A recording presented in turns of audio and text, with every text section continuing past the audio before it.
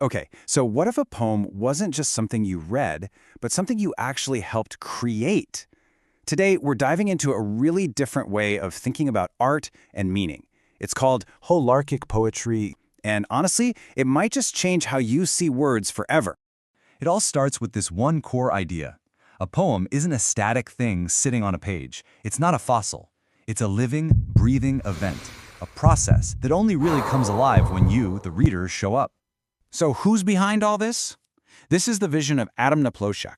He started putting these ideas together back in 2020. And his goal wasn't just to cook up a new style of poetry. He wanted to turn it into a real tool for thinking and for, self-discovery. So what does that actually mean for a poem to be a process? Well, it means the meaning isn't just served to you on a platter by the author. No, it emerges. And here's the kicker. You're not just some passive reader along for the ride. You are an absolutely essential co-creator in making that meaning happen. But to really get how we co-create this meaning, we first need to understand the idea it's all built on. And that idea is holarchy. This concept is pretty much the engine driving this whole thing. The term comes from thinkers like Arthur Koestler, and the basic idea is that reality is built in layers. Like how atoms build molecules, molecules build cells, cells build us. Each new level is way more complex than the last, but it still has to include all the layers that came before it. It transcends, but it also includes. In poetry, it works the exact same way. Letters make up words.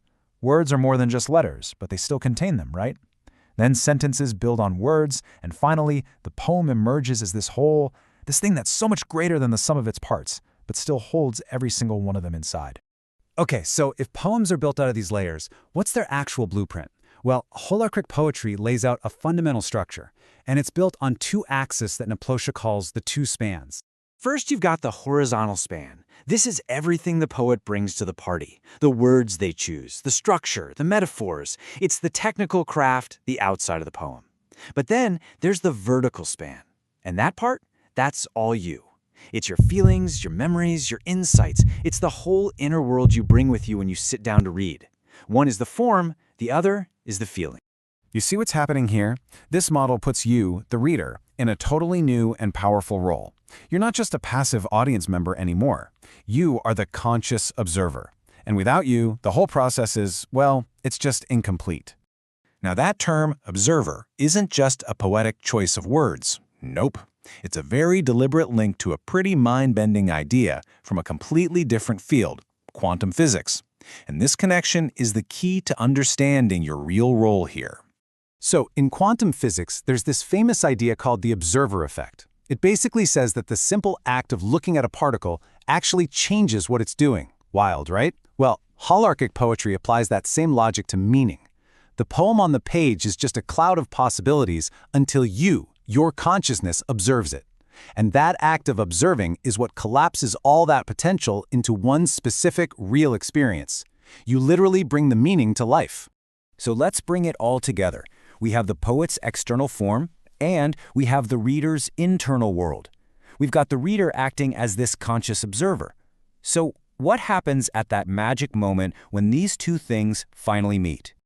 Right there, at that point where the poet's horizontal craft intersects with your own vertical feeling, something entirely new is born. Naploshak gives this incredible moment a brand new name, essence. He calls it the drop of meaning that just crystallizes out of that interaction. And this isn't just some intellectual aha moment. No, the whole point is that it's a deep insight that you feel in your heart. That experience is the whole goal of the poem. And this isn't just abstract theory either. Look at a poem like Puzzle. It really puts this into practice. The words are scattered, they're fragmented on purpose.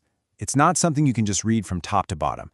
It's an open invitation for you, the conscious observer, to actually step in, assemble the pieces, and construct the meaning for yourself. The form itself demands your participation to unlock its essence. Which brings us to a huge final question.